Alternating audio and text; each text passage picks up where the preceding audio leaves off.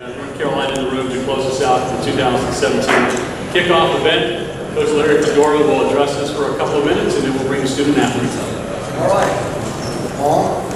Couldn't wait to see you guys. You know, the summer has been way too long, so we need to get started. But really excited about this upcoming season. You guys know that we've lost quite a bit of production on the offensive side of the ball. So our defense this year is going to, especially early on in the year, having the most experience, is going to have to carry us while these young guys on offense grow up a little bit. You know, we're still to win football games in this league. You got to take care of the football. You got to create turnovers, and you got to play really sound special teams. So that will still be the goal for our football team this year. And no matter what the expectations are on the outside, we still expect to compete for a Coastal Division championship. Coach, thank you. We'll bring your student athletes up, and then we'll rejoin you here in just a second. MJ, you're first. MJ Stewart, we've got microphones floating around the room, so we'll get it past to the first question, and then we'll take it from there. So who wants the first question with MJ? MJ, we're going to go right here, first row to your right. MJ, Dan Tortora, wakeupcalldt.com. Obviously, your coach said that defense is obviously a key with a lot of offensive pieces that have gone away. So just what you can say about having some of that pressure on your shoulders and how you can respond to that type of pressure. What you can say about if the team needs to lean on the defense, how you feel about that in the secondary. I would consider it an honor, that the team is relying on defense this year. To be the backbone of the team, it's like I said, it's an honor. And so we want to take that head on and we use that as motivation defensively to show people that we want to do. Let's keep it right here in this area, MJ. Second row to the right. Chad Floyd, Target Blog. MJ, what have you seen from some of the second-year guys like Patrice Renee, KJ Sales, Miles Gordon, some of those guys that are going to need to get a little more playing time this year? I just see great work ethic from them. This offseason we've been working really hard, working on their craft. And they just make it fun, the young boys, especially KJ, he's a character. He just makes it fun, and that's good for brother. Other questions from the room? MJ, to your right again. Obviously changing defensive coordinator, how has that affected, a lot of guys back, but some system changes perhaps? It's been a really smooth transition. Coach JP was there last year, and so all the guys, respect him. He has to respect the other guys, and it's really not a big change between Coach JP and Coach JP. MJ, we'll take a question in the very back. We'll get the microphone to the camera stand. Gentleman with his hand in the air. Or soon will be. MJ, Mark Larson, Spectrum News, Syracuse. I appreciate your style. What statement does a bow tie make? Bow ties are pretty hard tie to tie, so any man that can tie a bow tie, it just shows, he has a lot of work ethic and he's a classy man. As the pictures are taken now with the bow tie. Any other questions to the room, MJ? I would go top straight. MJ, and I'll ask the last one right here at the podium. The teams that you've been a part of the last couple of years all seem to have their own personalities each year, each season. How would you describe the personality of this year's program? I would say hungry, just for the fact that there are so many questions, surrounding our team, quarterback situation, the production that left, the defense, how we're going to hold up and be the backbone. So many questions, and we use that as a team to motivate us. And we have people saying we're going to be under 7 wins. I think the prediction was like 5th in the Coastal Division.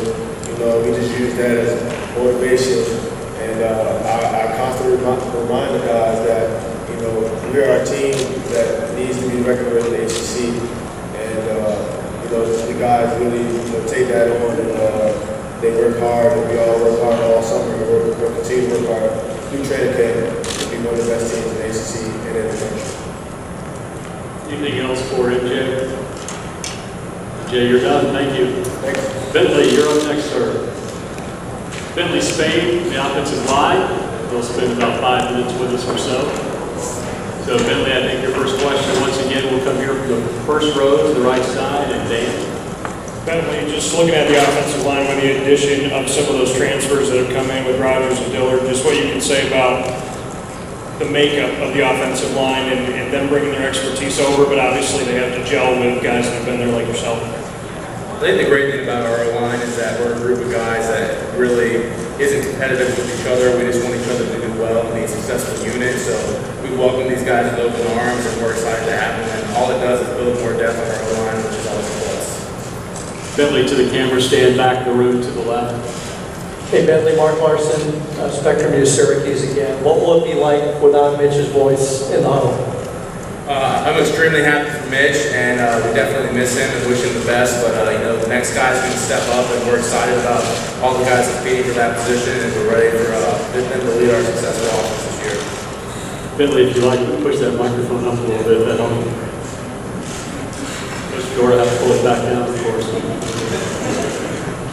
Let's go to the back of the room. We'll get a microphone to about the 6th row to your left. Please stand. Hey, Bentley, Jeff Gravely, WRL-TV. We were just talking about presence in the huddle. What role does that play for a quarterback as far as when they're in the huddle, how they act in the huddle toward you guys, how they call the play, and how they react to things? I think one thing that made Mitch really special was his consistency and steadiness, no matter what the situation was, speaking with us and everything that he did. And I'm confident that the next guy that steps up is going to be the same way, and we're going to take care of it in the line. Other questions from the floor for Bentley? Bentley to our right, 2nd row. Bob Halliday, WRL.com. Coach David Cutcliffe this morning talked about how physical the coastal division is. Your thoughts on that? Maybe who are some of those visiting teams, players, besides yourself, of course? I would agree. The coastal division is very physical, and that's something that we stress as a team and as an O-line. And imposing your will on someone physically is one of the most demoralizing things you can do to another team. So that's definitely the goal of every O-line. So that's just what we're going to try to do every game this season. Bentley, from the podium here to your right, statistically, a running back or a quarterback or even a quarterback knows how well they did during the course of the game based on those numbers. How do you, as a lineman, how do you, as an offensive line group, how do you know that you played well that day? Well, it's assignment and execution. If you did the correct assignment, you executed your block, you did pretty well. And but if you want to, put some numbers on it, you could look at the rushing yards, because that has a lot to do with us. But it's really just about assignment and execution and being as physical as we can be. And you did well if you wear down the defense over the course of the game. Any other questions from Bentley or for Bentley? Gentlemen, thank you. You're excused, and we'll bring Coach Fedora back up to the podium. Coach, given my size, I pulled down enough microphones in my day, so that wasn't a reflection just on you. Questions for Coach Fedora? To our left, 2nd row, Shannon. Please stand, sir, if you would.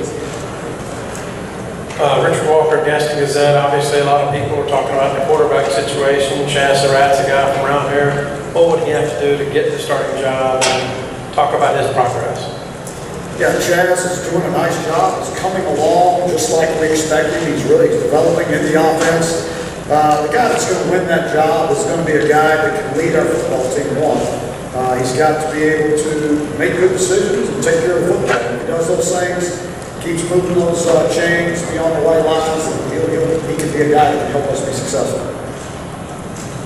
Mark, we'll get your microphone. We'll come right here to our right, 3rd row.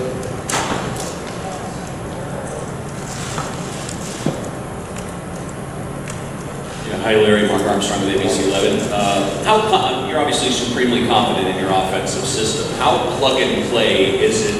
And is this year maybe we find out how anybody can slide into it? Yeah, I think we're going to find out this year. I've never, in all my years, I think it's around 18 years of running this offense, I've never experienced this. So, it's a little bit unknown for me. We're going to find out. I think our staff has done a good job of recruiting. I think there's a lot of guys that you may recognize their name from recruiting, but you've never seen them on the field. So it's time for them to step up. It's time for them. It's their opportunity. to become a household name. And so we're going to find out. I think the biggest question for me is the quarterback spot. And where we have a graduate transfer that was added to that competition group. And so, how quickly all of those guys can integrate, how quickly they can become a part of our team. That's the unknown for me. Coach, let's go to the camera platform in the back. How you doing, Coach? Mitch Brown with WTKR3 in Norfolk. 5 years ago, you guys played Old Dominion. That game got out of hand. It was 80-20 in that final score. 5 years later, you guys are coming to Norfolk for a game with Old Dominion in the third week of your season. Do you feel that this year's game will be a little bit more competitive than maybe 5 years ago when they were in a different scenario? Yeah, I know Bobby's done a great job up there, and I had a lot of respect for him, and we very personally with him. And that game got out of hand. It was just one of those games that everything went our way, and it did not go their way. But he's done such a tremendous job with that program. There's no doubt in my mind, when we go up there, he'll have them ready to play, and we'll have to play well. We'll have to play really well. Coach, to your right, first row to Dan. Coach, a former Syracuse assistant on your staff now, DeAndre Smith, is what you could say about him as a running backs coach and why he was the right choice to lead the backfield. Yeah, DeAndre and Chris Novik played together in college, and we're good friends, and have been good friends for many years ever since. And every time that I've had an opportunity at that position, Cap's pushed hard for him, and he really pushed hard for him. And they said, Coach, he's really the perfect fit. Just need to bring him in, interview him. And we did. And once I met him and met his, he's got this great personality. You can tell that he can recruit just because of his personality and his work ethic. And we brought him in there, and he's been a great addition to our family. I mean, his family, our family, just merged together, and he's done a great job with our guys in spring. And he's working with all new guys. We don't have a guy that's probably had 100 yards worth of carries on the football team at this time. And so he's got to really make an imprint on this football team. Cameras stand to the back, to the left. Hey, Coach McGuire, Mark Larson, Spectrum News, Syracuse. I'll talk about Trubisky, obviously, but Ryan Switzer, how big a hole is that lead? It's hard anytime you lose guys of that caliber. But it's something that we do in college football every year. You have a group of seniors in the league. And so you hope you've done a good job of recruiting. You hope you've done a good job of establishing your culture so that the kids understand what it means to be a Tar Heel and what the expectation level is. And so I think we've done that. I think our older guys now teach our younger guys. So I'm going to expect guys like Lontavius Groves and Thomas Jackson and those guys to step into that role, that slot, and be good football players. Because they can. And they learned a lot from Ryan. And if they develop it the same way Ryan developed, they're going to be really good football players. Coach, left side about the 7th row. Hey, Coach, Jeff Brown with WRL. We talked to Bentley a little bit about huddle presence. He's in that huddle. He can see that directly. You're not. Do you seek feedback from the linemen, the running backs, and how the quarterback does handle those situations in the huddle, which reflects leadership? Yeah, I was looking forward to seeing how he answered that question since we don't have a huddle. So, but yes, quarterback presence is very important in our offense. Even though we're not in a huddle, the quarterback has to have a presence, and he has to be able to, be the general out there. He's got to be able to run the whole thing. I am able to see that. That was something that, with Mitch that we were working on all the time. Some guys it's more natural for them, So it's going to be interesting to see these 4 guys. We talk about, the presence of the quarterback all the time, how important it is on the football field. It's not hard for the offensive line, just even in a no-huddle situation, to feel the presence of the quarterback, even though they're not facing him. They can feel it, the way he makes the calls, so, the way he directs guys on the team. So, I don't have to ask Bentley, but I could. He could tell you even though we don't have a huddle. Coach, let's come back to the right side with Bob Holliday. Bob Holliday, WRL.com, Coach. For 4 or 5 years, you've had big receivers or tight ends that have made plays. 2 years ago, you could play 3 at once. They're all gone now. Obviously, Austin Kroll and Thomas Jackson are not going to grow it so much. Right. Do you have some big receivers waiting in the wings that we haven't heard of? Yeah, you've got Jamal Millett, who's a 6'5" guy that's with us, who's got great ability, and he hadn't been on the field yet. So this is going to be an exciting time for him. You got Brandon Fritz, who was injured all last year playing in the wide position for us, who's a 6'4", 245-pound guy that's moved into that tight end position. And really, before this past year has been really productive for us. So I think both of those guys can have great years for it. We do like having those long guys on the outside. Coach, first row, far left. Good afternoon, Coach. I want to know your team has won 13 of your last 16 ACC games and 9 of your last 10 road games. How do you keep that momentum going into the season as well as conference play? Yeah, it really doesn't, nothing changes in what we do. And that's why it's so important to have a sound philosophy. So as guys move in and out of your offense or your defense and your special teams, the philosophy doesn't change.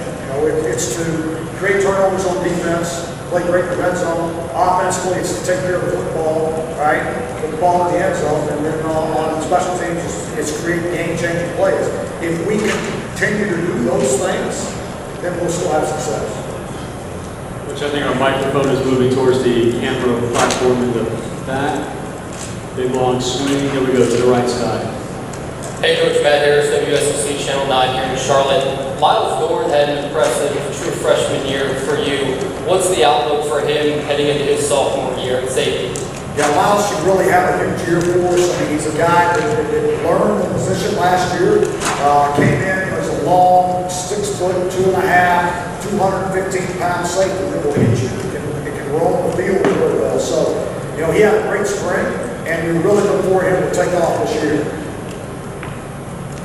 Coach, I'll ask a question from the podium. There's been rhetoric over the last 36 hours that the 5th year seems to be when the blueprint starts to stick. As you start your 6th season, would you agree with that? It starts to stick? Stick, yes. Yeah, you know what? I do think it takes time to establish the culture that you want. And that's something that's really important to build chemistry, to build a bond, to build all the things that you need to have a good football team. And when you build a culture, you're trying to build something that's sustainable. And that's why you do it. So having the older guys come teach the younger guys how we do things in Carolina is a huge deal. When that happens, then that means that we can have success and we can sustain it. Other questions for Coach from the floor? We'll go back to our left side. Shannon, still first row, far left. You guys return your top 3 tacklers. Can you speak on the importance of Smith, Holcomb, and Miles, what they bring to the defense and the experience that they have? Yeah, but Donnie's played the longest on this defense, and so he's a guy that is one of the leaders because he's been out there and played in a lot of games. Donnie's a guy that he's going to come up and hit you. He's going to make plays for us. And then you take Smith and Holcomb, 2 young guys, but they play a lot of football. Holcomb is from the state of Florida. Well, Andre Smith and Holcomb are both from the state of Florida. Both of them can really run. Andre has really developed into that true Mike linebacker that you're looking for, a guy that can get everybody in the right position, a guy that demands respect, a guy that has respect by his teammates. And so, that group in the linebacker position, along with Casey Collins, really can be the strength of our defense this year. Other questions from the floor? Coach, I'll ask from the podium. One of your colleagues in the league mentioned the fourth side of the football, being the sidelines, and how important that is for the kids who aren't in the contest. Yeah. What kind of focus do you put on being that next up, being that ready, being engaged with kids that are beyond the bounds of play?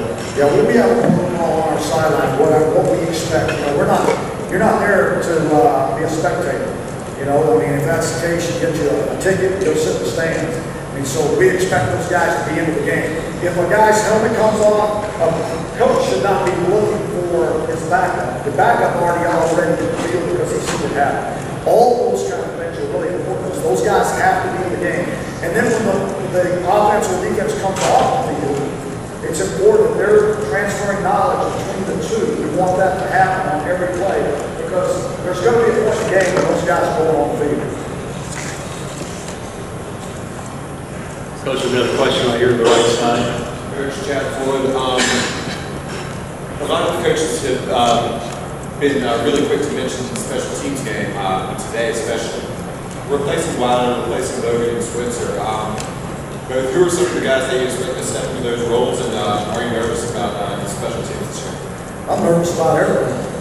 But yeah, I mean, you're replacing two record-breaking returners for us in kickoffs and punt returns. So, you know, we had some great competition in the spring. I'm not ready to name a guy in either of those positions, so it should be exciting because we've got some true rushers that are going to come in that are going to also compete for those jobs. Kicker, the same thing. Wilder did a tremendous job for us the last 3 years, and so, you know, we haven't named the kicker yet either. The only thing we've named is our punter, Tom Shelton, who's returning. And so, you know, that is you know, if you guys follow us, I mean, that's something that we've prided ourselves on the last 5 years, just being really good on special teams in all 4 phases. We've got guys that we have created a culture, but guys that want to be on our special teams. They understand for us to be successful, we've got to be good on special teams. So it's not something that we've got to coach out. They know it's part of the culture now that we're going to be good on special teams. You're going to play on special teams, and it's a big part of the game. We'll stay on the right side, third row. Larry, I was just curious for your take on the new rules about coaches not being allowed on the field of play to voice their opinions with the refs. You're an active sideline presence. How do you figure you'll handle that? I'm going to do a really good job of that. That's, you know, I think it's a great rule. I really do. I think it is. I don't think there's a reason that any coach should show up an official. No more than an official should show up a coach. We wouldn't allow a player to show up an official, so why allow a coach to do it? So I think it's a good rule. I think if you look at the NFL, I think the head coaches of the NFL do a great job of controlling themselves in those situations, and I think it's something that needed to happen in our level. Any other questions for Coach from the floor? Coach, I am curious from the podium here. If you're nervous about everything, what gives you peace to be able to sleep at night?